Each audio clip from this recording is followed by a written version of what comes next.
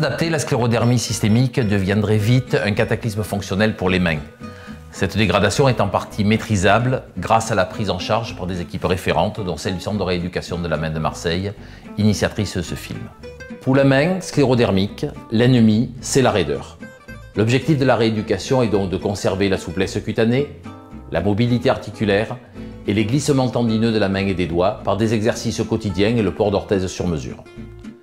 Quand la main est déjà enraidie, en revanche, les espoirs de récupération sont très modestes, le but n'étant au mieux que de freiner l'évolution inéluctable. Dans la rééducation de la main sclérodermique, comme dans celle de la polyarthrite rhumatoïde du reste, le sens des déformations digitales est prévisible. On peut donc anticiper et lutter contre par une stratégie thérapeutique dont la précocité est toujours un facteur bénéfique. Dès le diagnostic posé et avant même donc l'apparition d'enraidissement ou de déformation, il convient de convaincre le patient de mettre en place avec le kiné spécialisé un plan de surveillance, des soins et une stratégie de port d'orthèse sur mesure que nous verrons dans le prochain épisode.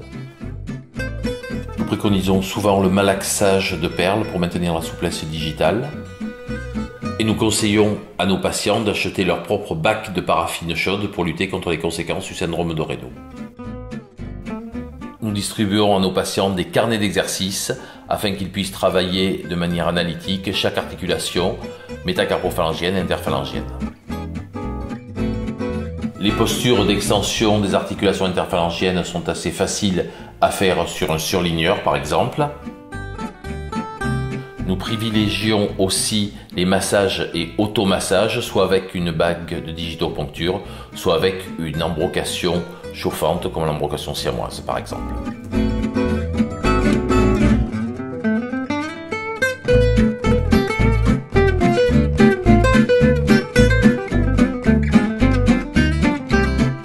Mais pour des raisons de dispersion géographique, tous nos patients ne peuvent être pris en charge quotidiennement pour bénéficier d'un traitement par une équipe expérimentée.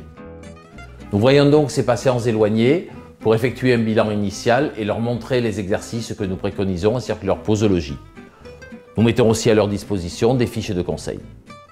Nous suivons régulièrement l'évolution des patients en visioconférence, ne les rencontrant que chaque trimestre. Avant tout, la rééducation doit être le plus précoce possible. Elle doit être prolongée une vie durant et ne se conçoit que quotidienne, mais pas nécessairement présentielle.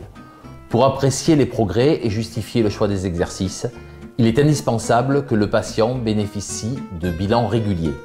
Ainsi, chaque patient, dès son arrivée au centre de la main, reçoit un goniomètre et apprend à mesurer les angles articulaires de ses doigts et à dessiner le profil de chaque doigt en flexion et en extension.